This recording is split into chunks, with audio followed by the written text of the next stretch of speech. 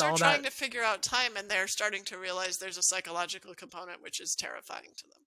So that's my observation.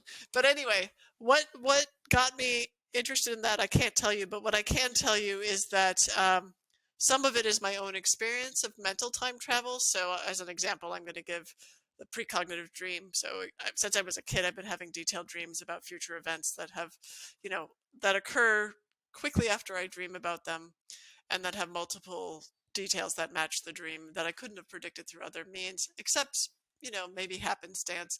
And so with those kinds of things, when, I wrote a book about those things and have done a lot of research over the last 15 or so years about those things. And when people tell me about their experiences, I almost always say, like, yeah, I have them too. And frankly, scientifically, you have to actually do a controlled experiment, multiple trials to determine whether someone's actually really good at getting information from the future, which is called precognition.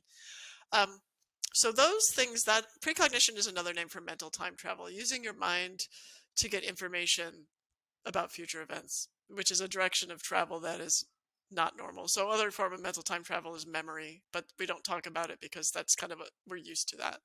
That's getting information, using your mind to get information about past events.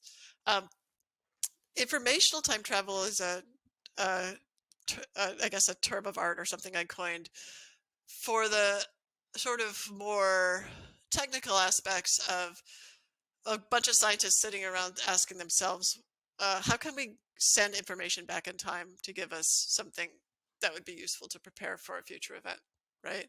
How can we actually, we're in the future now, how can we send information to the past to receive it?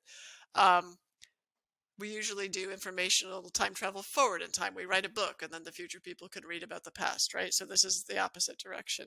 So I got very interested in that because it just kept occurring to me that that might be interesting.